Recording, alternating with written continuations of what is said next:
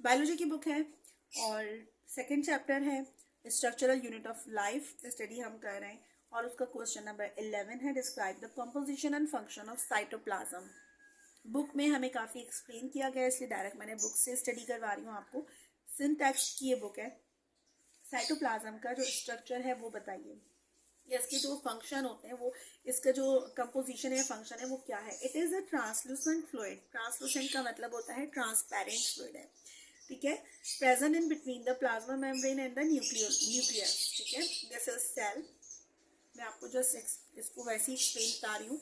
Cell है, cell के अंदर ये साइटोप्लाज्म पाया जाता है। अच्छा, ये साइटोप्लाज्म क्या है? जेल लाइक स्ट्रक्चर है, ट्रांसलूसेंट जेल लाइक स्ट्रक्चर है, यानी कि एक झिल्ली, ये बिल्कुल ही ट्रांसपेरेंट स्ट्रक्चर है। इसके अंदर डिफरेंट मटेरियल्स पाए जाते हैं, ठीक है। ये जो मटेरियल्स है ना, ग्रेन्यूल्स हैं। एंडोप्लाज्मिक रेटिकुलम भी है, राइबोसोम्स भी है, डीएनए भी है, आरएनए भी है, न्यूक्लियस भी है और तमाम तरह की माइटोकॉन्ड्रियाज भी ये पाई जाती हैं। जो साइटोप्लाज्म है ना सेल के अंदर, ये जो ट्रांसपेरेंट है, हम इसकी बात कर रहे हैं। ये क्वेश्चन जो है ना इस हवाले से है, ठीक है।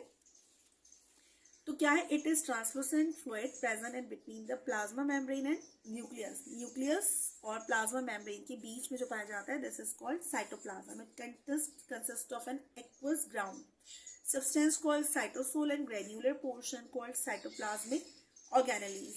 इसका जो एक्वस ग्राउंड है, यानी कि जो बिल्कुल अभी ट्रांसलूसेंट है ना, दिस इज कॉल्ड साइटोसोल। और ग्रेन्यूलर पोर्शन यानी कि जो ये इसके अंदर कंपोनेंट्स पाए जा रहे हैं ना, ग्रेन्यूल दानेदार है, that are called cytoplasmic organelles. And this cytoplasm consist of 90% consist of water. Water पे कंसिस्ट होता है, यानी कि पानी नुमा होता है ये। इसके अंदर ग्रेन्यूल्स पाए जाते हैं।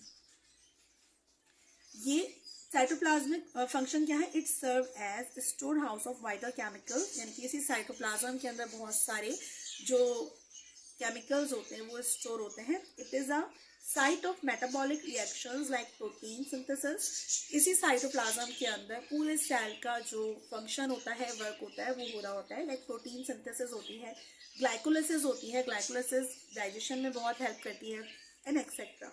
Many reactions can occur at the same time in the different region of the cytoplasm, यानी कि साइटोप्लाज्म के अंदर एक ही वक्त में बहुत सारे फंक्शन हो रहे होते हैं। रेस्पिरेशन का काम भी कर रहा होता है, डाइजेशन का काम भी कर रहा होता है, और वो हार्ट में जो ब्लड पंप होता है, सर्कुलेशन होती है ब्लड की, वो भी कर रहा होता है। तो एक सेल है बट वो डिफरेंट ऑर्गन अपना अपना काम कर रहे होते हैं। यानी कि दिल के जो सेल है हार्ट के अंदर पाए जाते हैं, वो खून की पंप को करने का काम कर रहे होते हैं। और एक डाइजेशन जो होती है वो स्टमक के जो सेल्स होते हैं उसके अंदर पाई जाती है, एलिमेंट्री कैनाल के सेल्स के अंदर। यानी कि हर बॉडी के अंदर जितने भी सेल हैं, एक ही वक्त में तमाम सेल अपना काम कर रहे हैं।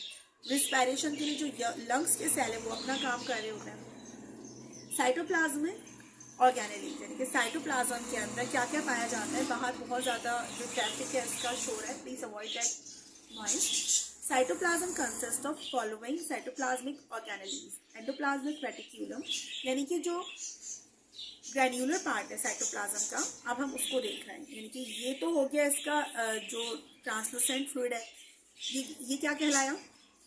ये ये जिसकी हम बात कर रहे हैं साइटोप्लाज्म की 90% ट्रांसलूसेंट फ्लूइड है, बट इसके अंदर जो ग्रैन्युलर पार्ट है, हम वो ग्रैन्युलर पार्ट में क्या क्या चीज़ें शामिल हैं?